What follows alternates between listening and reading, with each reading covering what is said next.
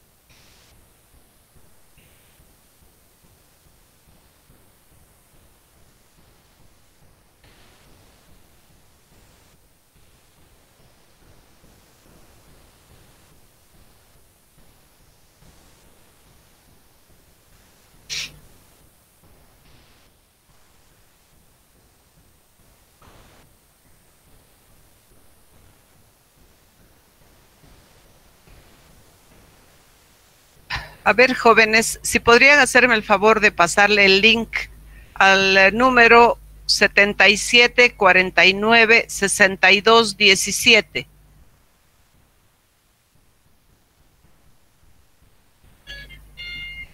Y doctora, ya me pasaron, muchas gracias.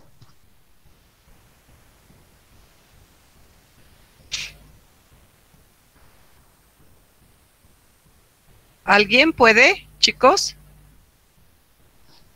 Buenos días, doctora, ya me pasaron el link. Les vuelvo a dictar. 77496217. Ya le pasaron el link, doctora.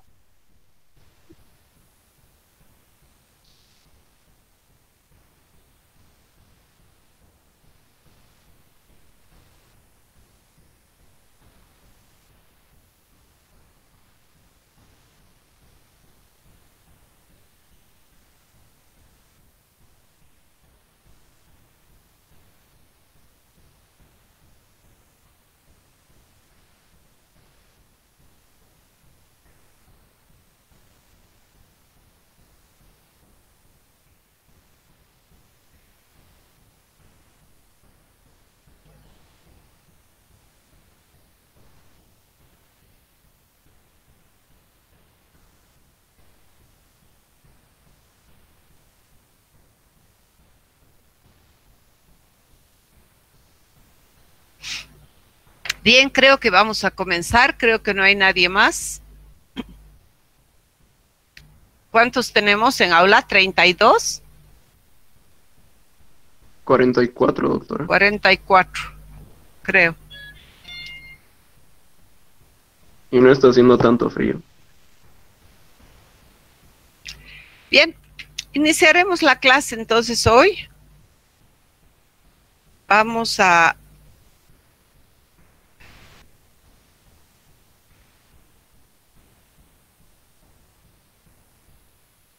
Vamos a comenzar, por favor, la clase de hoy nos toca comenzar a hablar desde páncreas.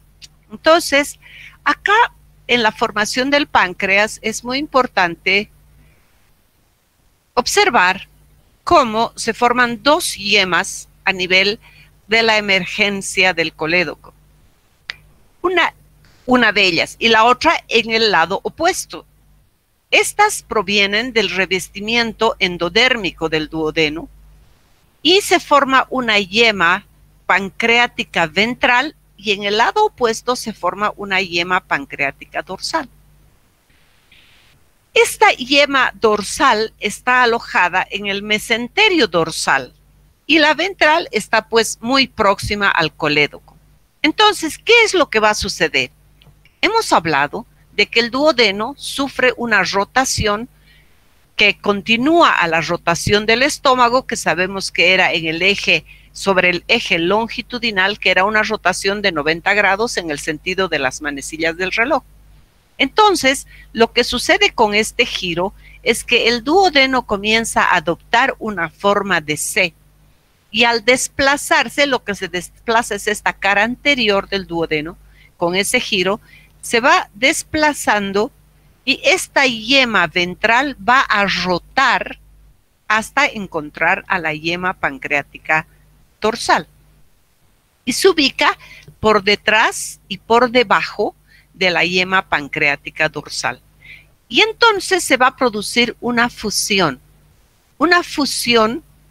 del parénquima y de sus conductos.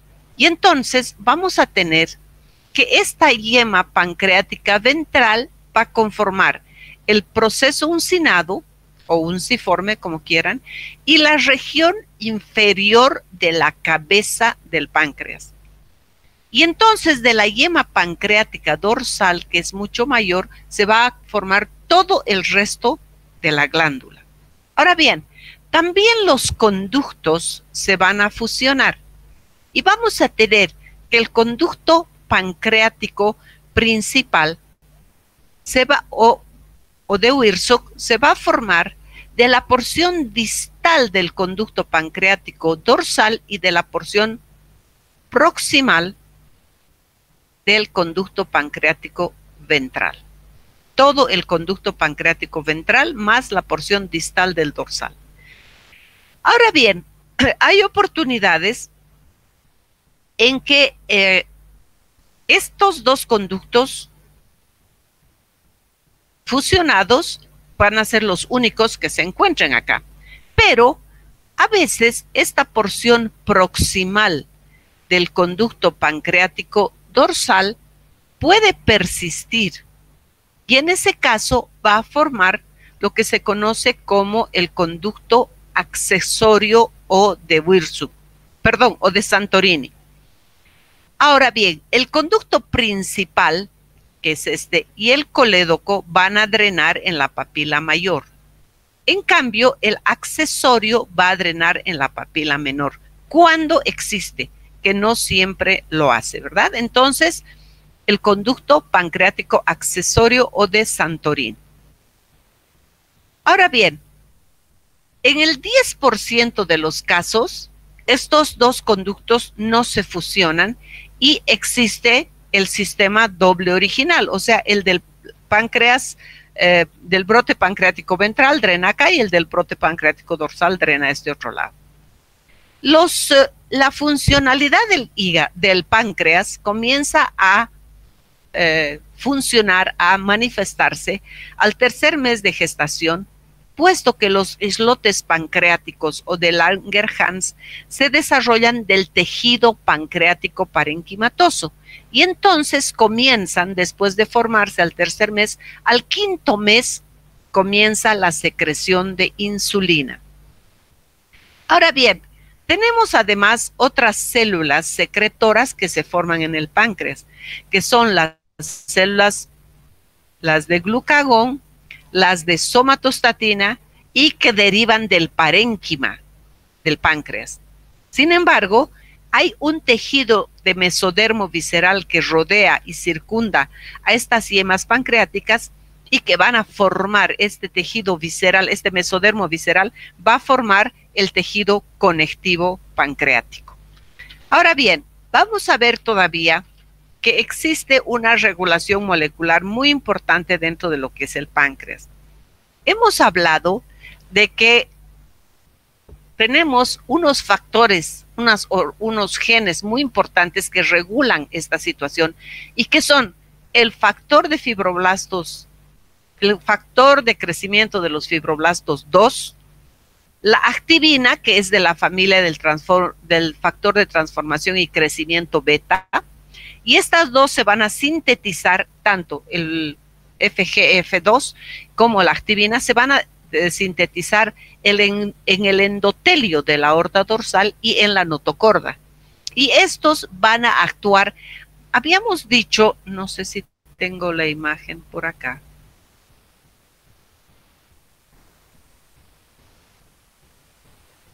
Está exactamente. Habíamos hablado de que el erizo sónico, el sonic hedgehog, se producía en el endodermo de todo lo que era el intestino. Entonces, este factor de crecimiento de fibroblastos 2 y esta activina van a reprimir la acción del erizo sónico, donde se formará la yema ventral. Y entonces vamos a tener pues el desarrollo del páncreas. Y la yema dorsal está inducida por el mesodermo visceral. Y un gen que es muy importante, que también lo hemos mencionado en la clase pasada dentro de la regulación, es que va a poder actuar el gen PDX1, que es, PDX1 es pancreático duodenal homeobox 1. Por eso es la sigla de PDX1, que va a experimentar una regulación positiva y entonces se va a producir el desarrollo de la yema ventral en este lugar, y la yema dorsal ya hemos dicho que va a estar inducida por el mesodermo visceral. No se han identificado hasta ahora todos los factores distales que van a desarrollar el páncreas. Entonces, como dice la doctora Segura, es importante que ustedes aprueben rápidamente la materia, porque seguramente para el próximo año ya van a haber nuevos genes que se han descubierto y que tengan ustedes que estudiar más. Sin embargo, tenemos genes de homeosecuencia que son muy importantes, entre ellos el PAX6 y el PAX4, que tienen una actividad específica en el linaje de todas estas estructuras endocrinas que produce el páncreas. Entonces, cuando se expresan los dos genes, se pueden convertir en células beta, que son las células de la insulina, células gamma, que son las que producen somatostatina, y células delta, que son las que producen el polipéptido pancreático. Si solamente se estimula el PAX6, las células que se van a desarrollar son las células alfa, que producen glucagón. Entonces, como ven ustedes, la acción de los genes es muy importante para la diferenciación de todas estas estructuras pancreáticas. Y aquí teníamos una imagen donde estábamos viendo cómo era, esta es sobre todo la del campo hepático, pero estamos viendo que todo esto que estaba amarillo era todo lo que era endodermo y donde actuaba el erizo sónico. Entonces, vamos a ver ahora qué es lo que sucederá. Hemos hablado de que la yema pancreática ventral va a girar posteriormente y se va a ir a ubicar debajo y detrás de la yema pancreática dorsal. Pero resulta que esta yema ventral había tenido dos componentes. Un componente que son dos componentes que giran simultáneamente hacia la yema pancreática dorsal. Pero si estos dos componentes se disocian, es decir, cada uno es totalmente anárquico y hace lo que le da la gana, como ustedes en su casa, entonces una yema, una de los componentes de la yema pancreática ventral, de repente gira por donde debe girar, por atrás, pero esta otra parte de la yema gira por delante. En esas condiciones, lo que se va a producir es un páncreas anular. Es decir, el páncreas ventral ha girado por adelante y el otro por atrás y van a abrazar al duodeno y pueden producir su compresión completa, su compresión y una obstrucción completa del duodeno. Entonces, la verdad es que nadie sabe por qué ocurre, pero son las dos partes de la yema ventral que son anárquicas y crecen y rodean al duodeno y lo abrazan. Por eso se llama páncreas anular, es un anillo alrededor del duodeno. ¿Qué otras anomalías podemos tener en el páncreas? Podemos encontrar tejido pancreático heterotópico, es decir, desde el extremo distal del esófago hasta todo lo que es el asa intestinal primitiva, puede haber nidos o pedazos o porciones de páncreas que se ubiquen donde no deben. Es un tejido pancreático accesorio. Casi siempre este tejido pancreático accesorio lo podemos encontrar en el estómago o en el divertículo de Meckel, que ya vamos a hablar posteriormente de qué es el divertículo de Meckel. Entonces, esto es lo que nos faltaba de páncreas y ahora vamos a hablar de todo lo que es el intestino medio. Entonces, cuando vemos el intestino medio, hemos hablado de que estaba suspendido el intestino medio por un mesenterio corto y se comunicaba con el saco vitelino a través del conducto vitelino, ¿verdad? Que era ya estrechado, un estrechamiento de esa gran comunicación que había con el saco vitelino. Entonces, este intestino medio va a tener como límites en el adulto el sitio al inicio, es el sitio donde ingresa el colédoco hacia el duodeno. Y en la parte caudal va a ser la unión de los 2/3 proximales del colon transverso con el colon distal. Esos serían los límites en el adulto de lo que nosotros conocemos embrionariamente como intestino medio. Entonces, la característica de esta asa intestinal del intestino medio es que crece y se elonga muy, muy rápidamente y además también sus mesenterios se elongan rápidamente. Y entonces se va a formar lo que es el asa intestinal primaria. Y entonces, ¿qué estamos viendo acá?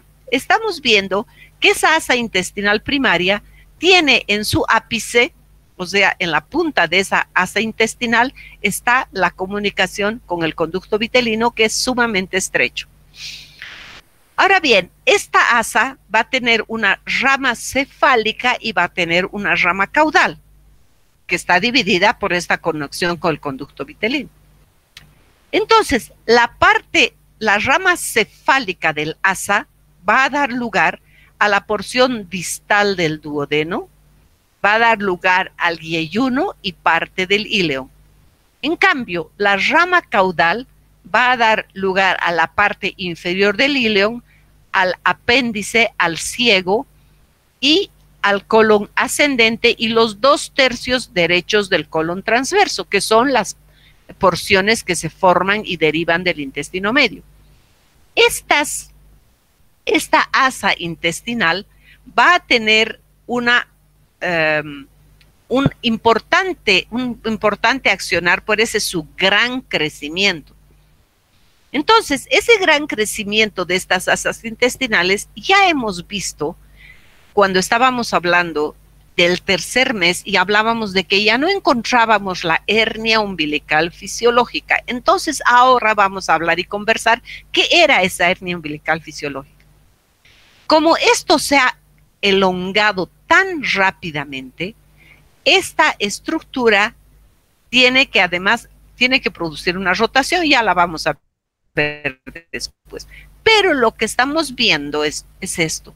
Se elonga tan rápidamente que estas asas intestinales protruyen hacia el celoma extraembrionario.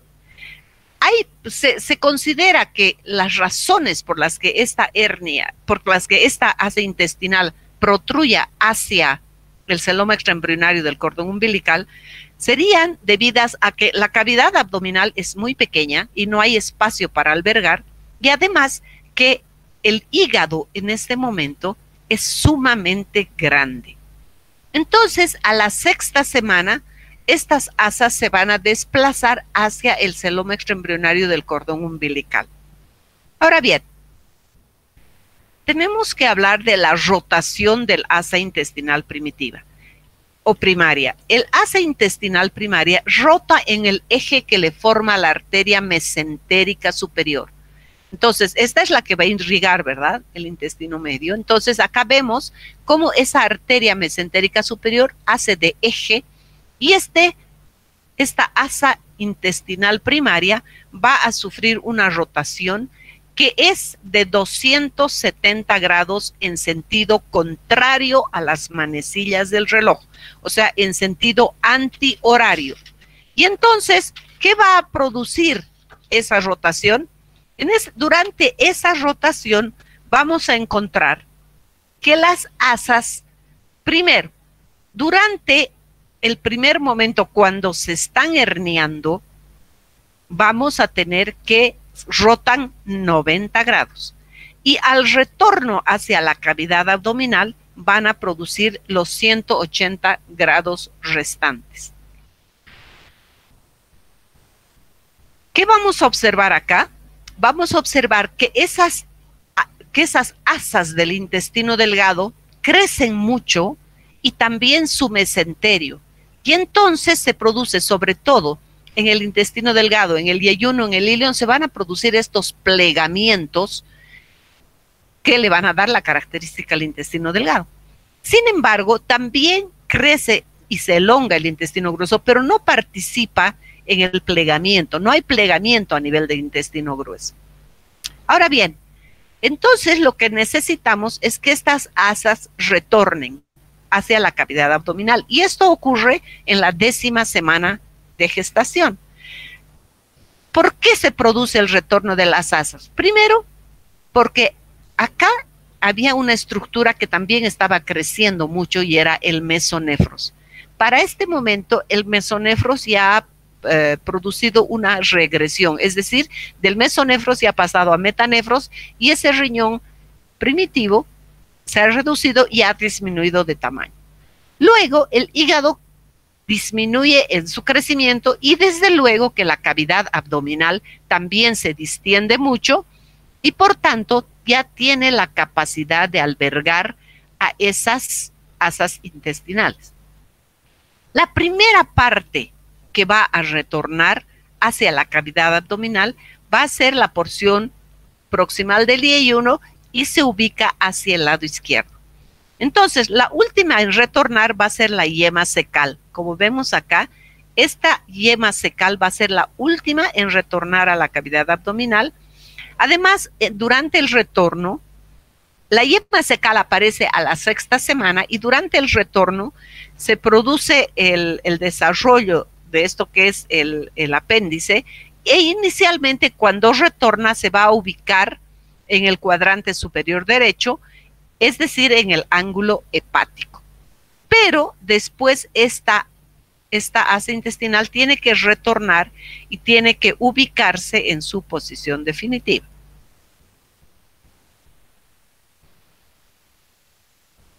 Entonces, ¿qué es lo que estamos viendo? Estamos viendo ese retorno de las asas que van y se ubican. Aquí tenemos las del yeyuno y del ilion, y acá vemos como esa yema cecal es la que se ubica en el ángulo hepático. Pero después, esta yema cecal comienza a descender y a ubicarse en su posición definitiva.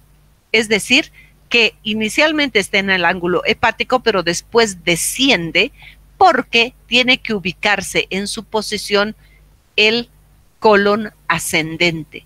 Y acá es que durante este descenso se va elongando esto que es el apéndice. Entonces,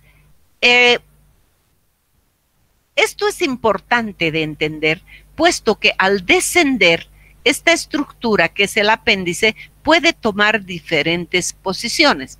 Y entonces esto será muy importante para los que van a hacer cirugía y van a ser cirujanos de abdomen, puesto que este apéndice al descender puede quedar trabado o puede quedar desplazado hacia algún lugar y cuando el cirujano va a buscar el apéndice, en este ángulo, resulta que no lo encuentra y tiene que buscar, o cuando hay un proceso inflamatorio, parece, o si se hubiera reventado el apéndice o está en un proceso inflamatorio muy severo, los signos no están, el signo más importante es el dolor en la fosa ilíaca derecha, pero resulta que el dolor en este caso no estaba ahí. ¿Qué pasó?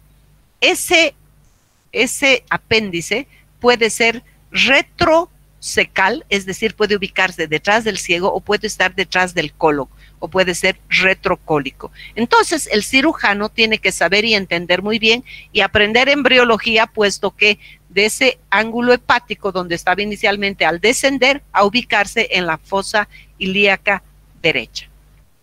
Bien.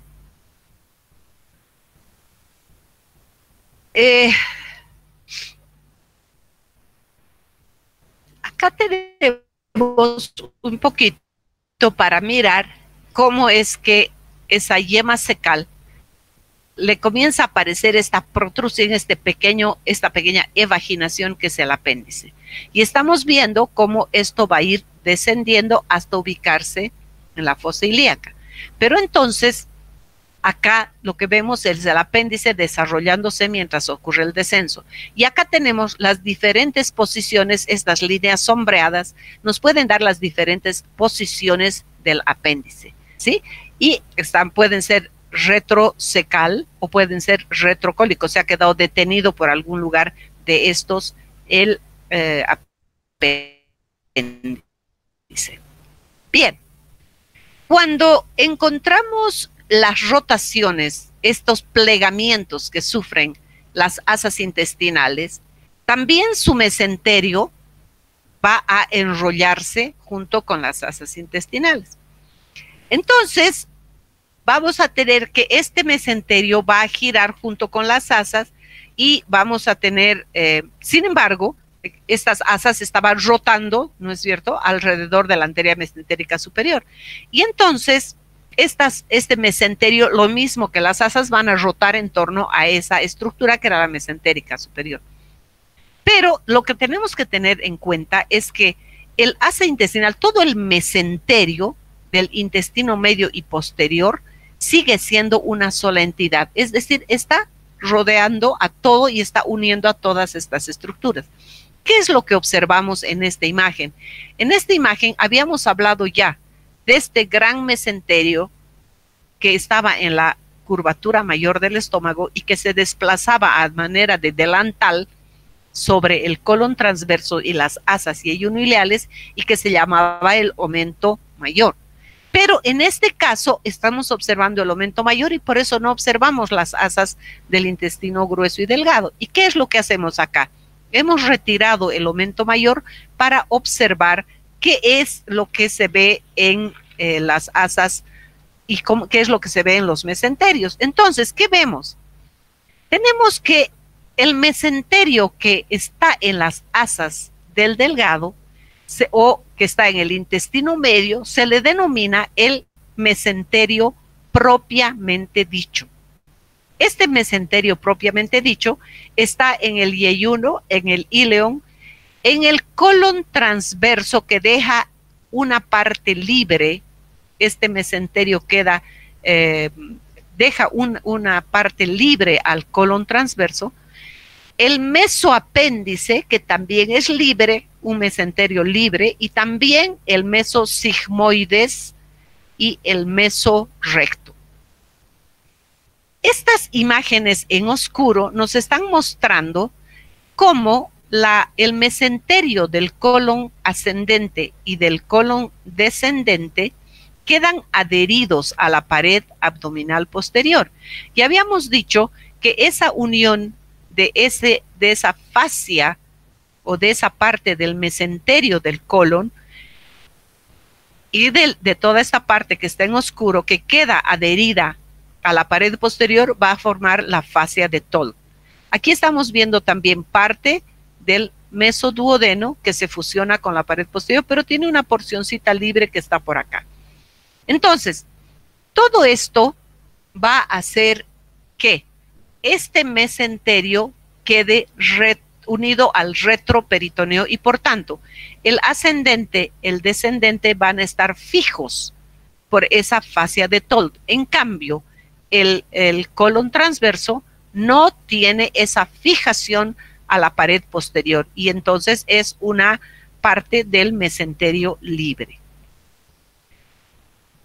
Ahora, cuando estamos hablando otra vez de los cirujanos de abdomen, tenemos que tener muy en cuenta esta estructura que habíamos mencionado hace un momento, que es la fascia de Told, puesto que cuando el cirujano está operando tiene que saber y tiene que conocer muy bien estas estructuras unidas a la parte posterior del abdomen y la parte libre, puesto que él va a manipular y va a tratar de identificar estas estructuras en una cirugía, cosa que cuando ya es una cirugía de un abdomen que está comprometido, cuando ya tiene un proceso inflamatorio comprometiendo a todas esas asas, y evidentemente no debe ser muy fácil poder identificar estas estructuras. Vamos a ver un poquito de lo que es ahora el intestino posterior y después vamos a ver todo lo que son las anomalías.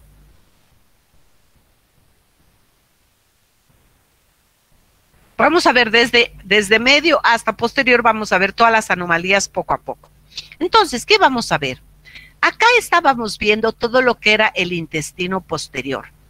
Ese intestino posterior va a dar origen al tercio distal del colon transverso, el colon descendente, el sigmoides, el recto y la porción superior del conducto anal. Todo su recubrimiento, y hemos visto que toda la parte de lo que es el tubo digestivo es un derivado endodérmico. Pero además este recubrimiento endodérmico va a dar origen al recubrimiento de la vejiga y de la uretra.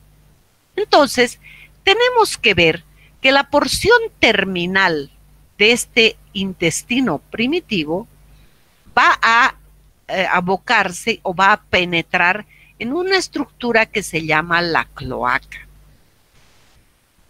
En ese lugar, esta porción terminal del intestino que penetra en la cloaca va a dar en la parte posterior origen al conducto anal y en la parte anterior va a dar el seno urogenital primitivo. Pero para que suceda esto, tiene que haber un tejido mesodérmico que forma un tabique que penetra, ingresa hacia ese intestino posterior y ese tabique se llama el tabique urorectal, que es un tejido mesodérmico.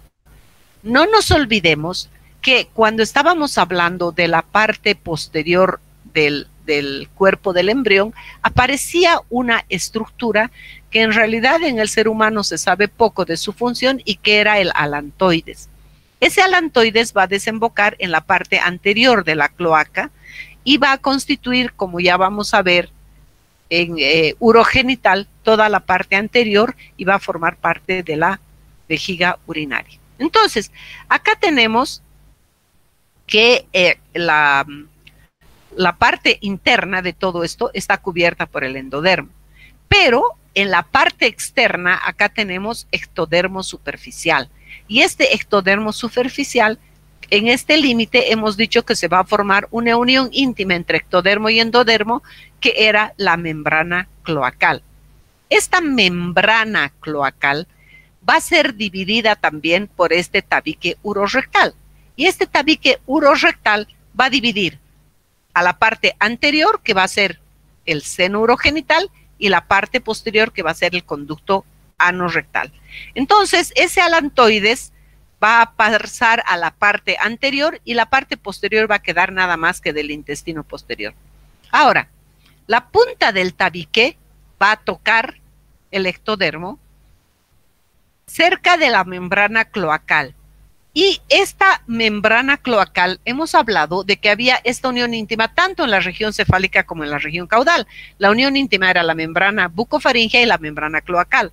Y hemos dicho que la membrana cloacal, al dividirse en membrana urogenital y membrana anal hacia la parte posterior. Esta membrana anal se va a romper a la 7ª semana. Entonces va a formar la abertura anal del intestino posterior. Todo lo que es la parte anterior, que es el seno urogenital y la membrana urogenital, la vamos a ver posteriormente cuando nos toque urogenital en una próxima clase.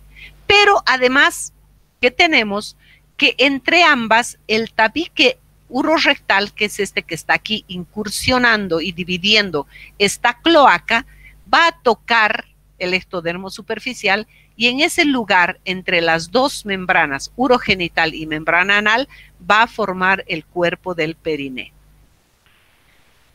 La irrigación de todo lo que es el intestino posterior está dado en los 2/3 superiores del conducto anal.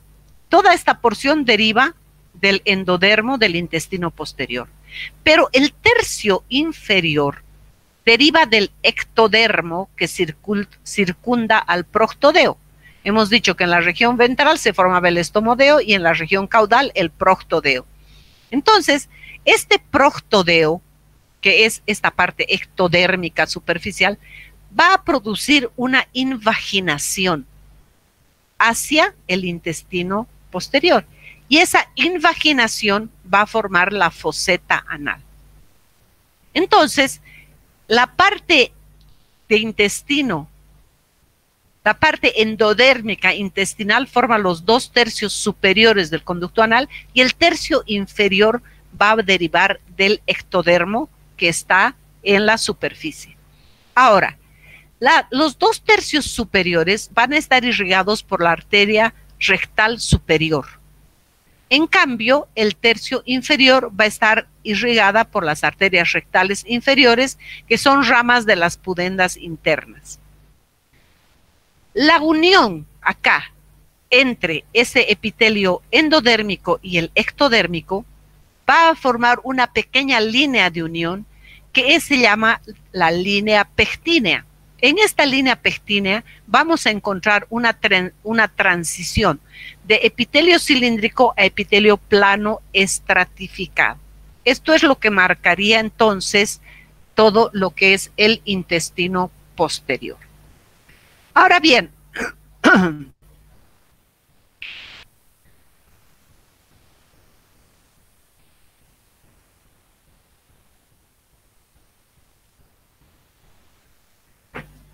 vamos a ver si tenemos algunas imágenes. Perdón. Sí.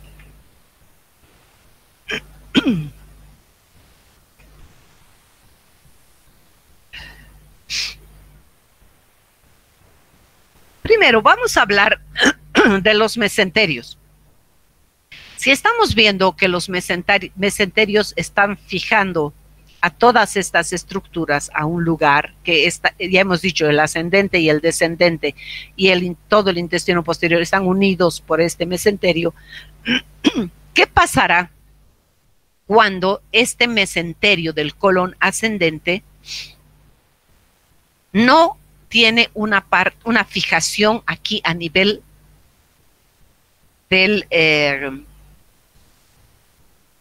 de esta porción del colon?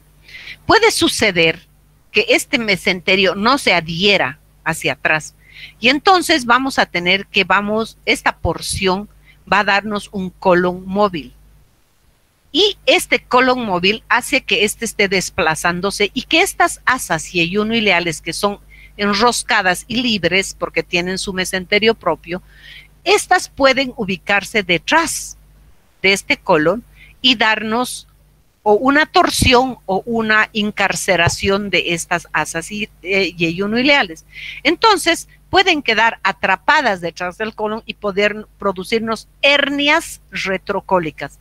O este colon que es móvil puede moverse y torcerse.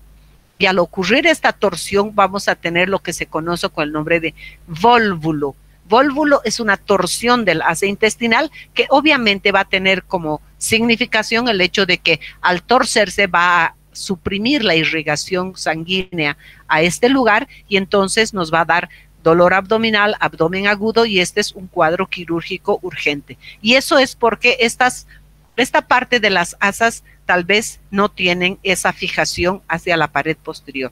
Y eso puede ocurrir y puede manifestarse no el momento del nacimiento, sino hasta en la edad adulta, porque esta situación recién tiene importancia cuando da consecuencias. Dentro de las anomalías de la pared abdominal, vamos a hablar primero del ónfalocele. Hemos dicho que las asas intestinales, todo el intestino primario, iba a protruir y producir la hernia umbilical fisiológica. Pero también hemos dicho que esas asas y ileales iban a retornar a la cavidad abdominal entre la 6ª y la 10ª semana. Por eso habíamos dicho también que cuando ya estábamos hablando a la 12ª semana, dijimos de una característica era que ya no existía la hernia umbilical fisiológica. Pero ¿qué sucede cuando estas asas y ileales no retornan, o del asa intestinal primitiva, no retornan a la cavidad abdominal? Entonces se produce lo que se conoce con el nombre del ónfalocele. Y tenemos que distinguir el ónfalocele de la gastrosquisis. El ónfalocele vemos las asas y ileales o del intestino primitivo herniadas, cubiertas por el amnios, que era lo que rodeaba el cordón umbilical, y estas están herniadas hacia el cordón, entonces tienen una cubierta de amnios. Pero una cosa que parecería muy simple, como es el ónfalocele, tiene una alta asociación con anomalías cardíacas. Casi el 50% de estos ónfaloceles está relacionado con anomalías cardíacas o defectos del tubo neural, lo que le da una alta mortalidad a los niños que nacen con ónfalocele, no por el ónfalocele, sino por la asociación a las otras patologías, además que puede estar asociada a anomalías cromosómicas.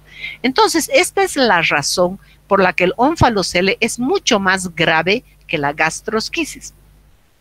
En la gastrosquisis habíamos hablado la clase pasada, esta es una foto un poquito oscura del ónfalocele, imagen real, este es un diagrama, y esta es una gastrosquisis.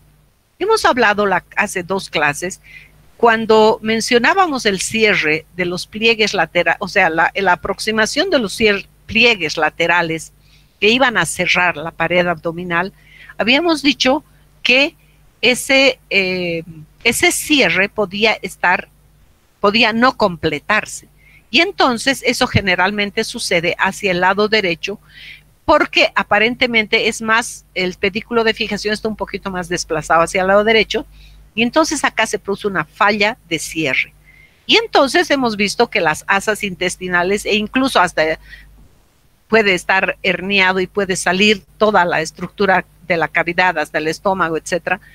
Esta gastrosquisis parece que tiene un mejor pronóstico que el ónfalocele, puesto que raramente se asocia a anomalías cromosómicas, y entonces los niños que tienen una gastrosquisis tienen una probabilidad de sobrevivencia un poco mejor que la de esta condición. Hace un momento hablábamos de que podíamos tener mucosa pancreática o gástrica en el divertículo de Meckel. Bueno, vamos a decir que acá teníamos la comunicación. ¿Se acuerdan cuando hablábamos de que el asa intestinal primaria tenía una parte que se comunicaba con el conducto onfalomesentérico? Entonces, esto iba a desaparecer porque esto se iba a cerrar, pero puede quedar una pequeña protrusión en ese lugar donde estaba unido al conducto y que se llama el divertículo de Meckel. Ese divertículo de Meckel o divertículo ileal en el adulto se encuentra a 40 a 60 centímetros de la válvula ileocecal y en el borde antimesentérico. Cuando uno tiene un divertículo de Meckel, de repente nadie se entera, ni el mismo individuo que lo tiene, el divertículo, sabe porque no da síntomas. Sin embargo, este divertículo tendrá importancia cuando tiene mucosa gástrica o pancreática heterotópica. ¿Qué quiere decir? Que esa mucosa gástrica o pancreática se trasladó hacia este divertículo, es decir, es heterotópica porque está en un lugar que no le corresponde. Cuando encontramos mucosa gástrica o pancreática, ¿cuál es el riesgo de este divertículo? Es que estos producen sus secreciones. Si es gástrica, va a producir su ácido clorhídrico, como en el estómago, es un pedazo de mucosa que está aquí. Y también, si son pancreáticas, las células tienen la capacidad de producir todo lo que hemos hablado de la producción del páncreas.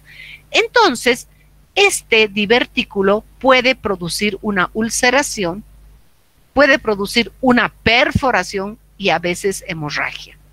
Entonces, es importante conocer, otra vez, los cirujanos de abdomen tienen que conocer muy bien que puede existir un divertículo de Meckel. Y esto terminó siendo histórico, puesto que en el Brasil hace unos, qué sé yo, 30 años atrás, o tal vez más, no sé exactamente, asumió la presidencia Tancredo Neves. Era el nuevo presidente del Brasil. Resulta que este señor, a las 2 semanas que ya había asumido la presidencia, tuvo un cuadro abdominal agudo. Ese cuadro abdominal se confunde, puede ser pensarse que es una apendicitis, puede pensarse que es una úlcera perforada, qué sé yo, y este señor se murió. Y cuando hicieron la autopsia, encontraron que lo que tenía el señor era un divertículo de Meckel que se había perforado. Entonces, por eso les estamos hablando de la ubicación en el adulto. Por eso estamos mencionando cuál es la importancia del divertículo de Meckel. Si es que no tiene esa mucosa gástrica o pancreática heterotópica, o no se depositan allá alimentos y se produce una posible inflamación, de repente nos morimos de, qué sé yo, de hipo y no del divertículo de Meckel. O sea, este es un hallazgo de autopsia. Muchas veces ni siquiera el individuo se ha enterado que tenía un divertículo de Meckel. Él le dio hipo severo y se murió, ¿no es cierto? Es una broma. Pero cuando le hacen la autopsia, porque en otros lugares la autopsia es obligatoria, cuando le hacen la autopsia encuentran que lo que hay es una diverticulitis de Meckel.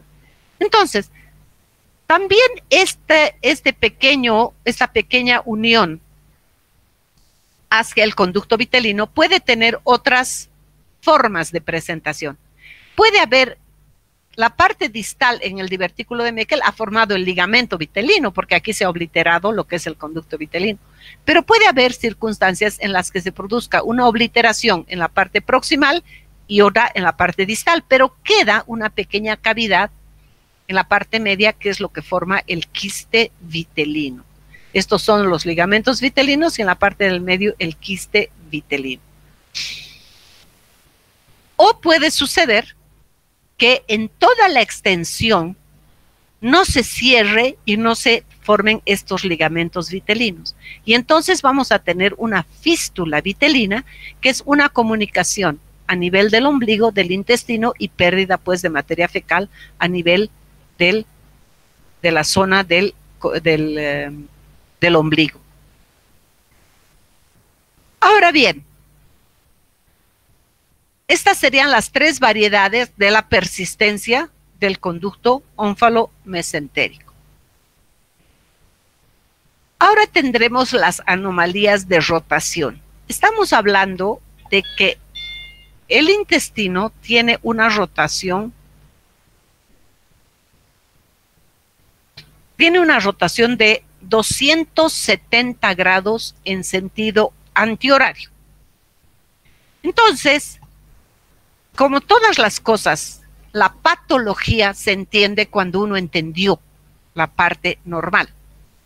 Y vamos a tener 2 condiciones importantes por fallas en la rotación. Primero, la rotación fue solo de 90 grados. Entonces, el colon y el ciego son los primeros en volver. y entonces se produce lo que se conoce con el nombre de colon izquierdo. Aquí habíamos dicho que las primeras que volvían eran las asas y ayuno-ileales. Acá no, solo se produjo una rotación de 90 grados. En esta condición, perdón, creo que es uno de sus compañeros, voy a ver qué dice.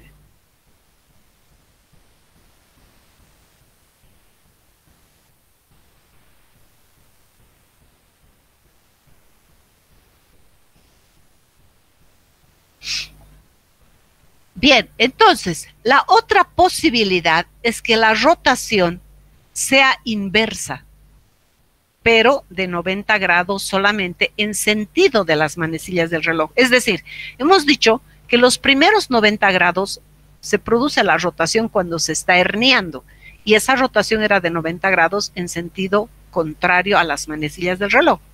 En este caso, ¿qué ha sucedido? La rotación ha sido de 90 grados, pero en sentido de las manecillas del reloj. Y entonces, en esa condición, el colon va a pasar por detrás del duodeno. ¿Sí? Esas son las dos anomalías en la rotación. Pero tenemos todavía otro tipo de anomalías, que son las atresias y las estenosis.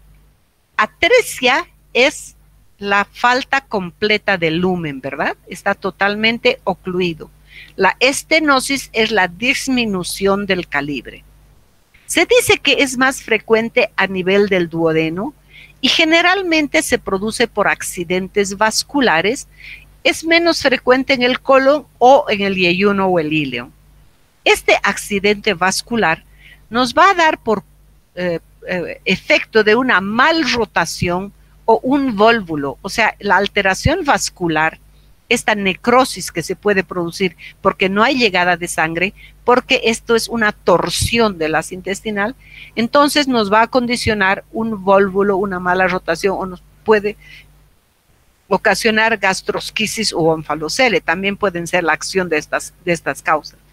Además, tenemos que probablemente hay una expresión inapropiada de los genes OX o de los genes y receptores del factor de crecimiento de los fibroblastos. Y tenemos estas diversas condiciones que se pueden producir por esta atresia y estenosis.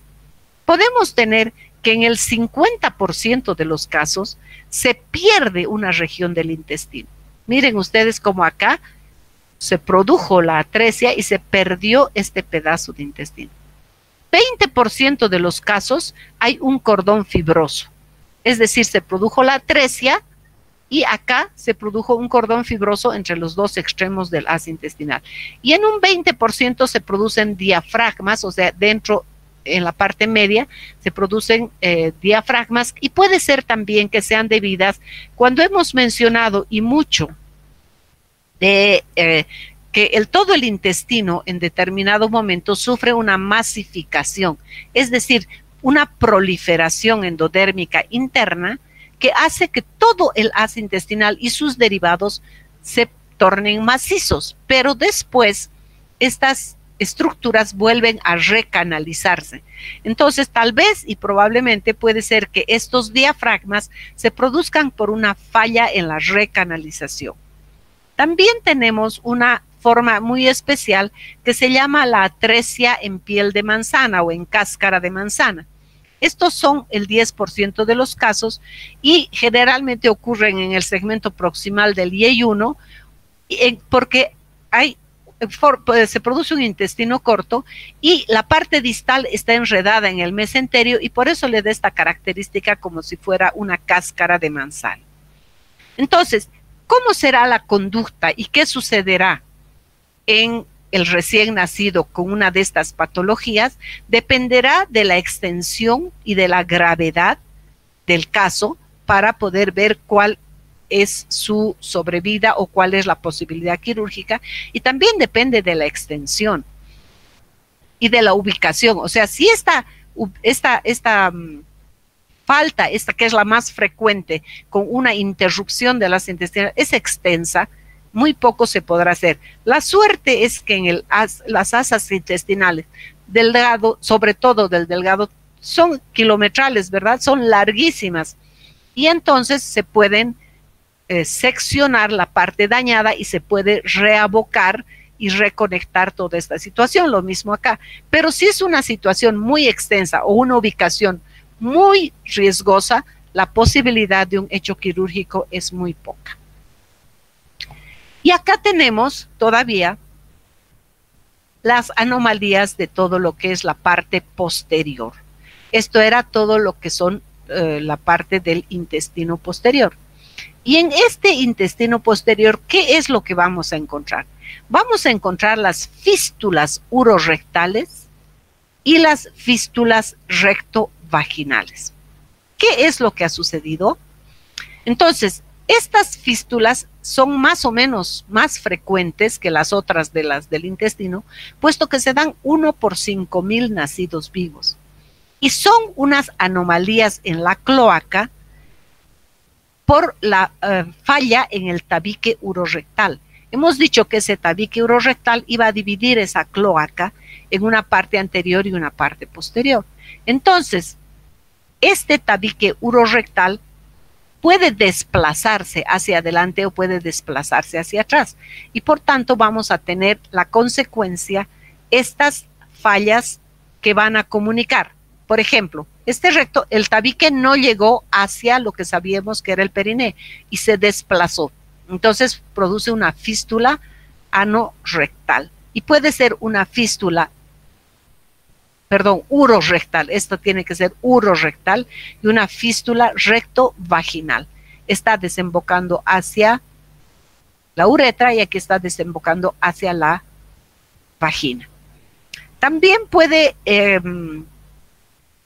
producirse una atresia, es decir, puede producirse una falta de llegada y de canalización hacia el ectodermo. Hemos hablado tanto del ectodermo del proctodeo que se invagina y produce la perforación. Pero cuando no sucede esto, podemos tener acá, hay una pequeña comunicación, una fístula rectoperineal, o puede haber hay la depresión, pero no hay una perforación. Entonces tenemos un ano imperforado. No se rompió la membrana anal. Y todavía tenemos una otra anomalía que es muy importante y que se llama el megacolon congénito.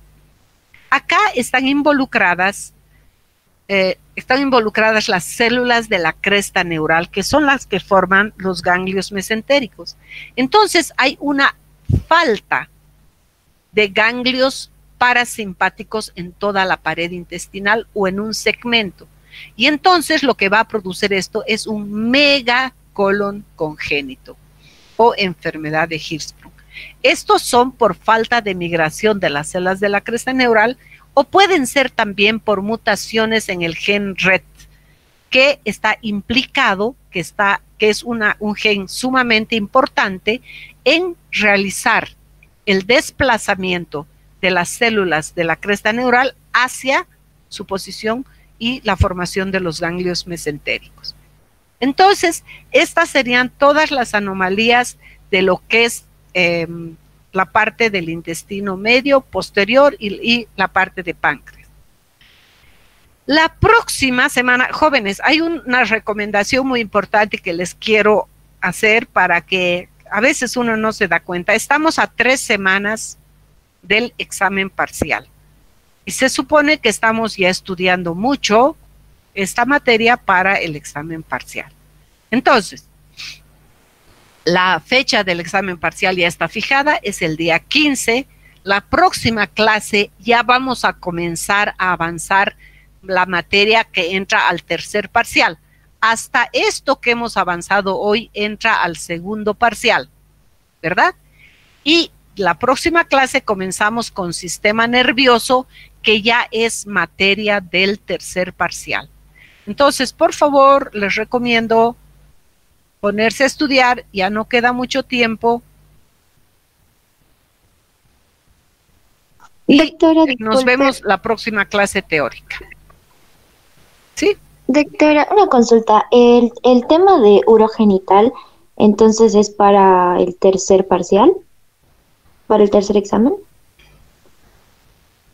Listo, jóvenes.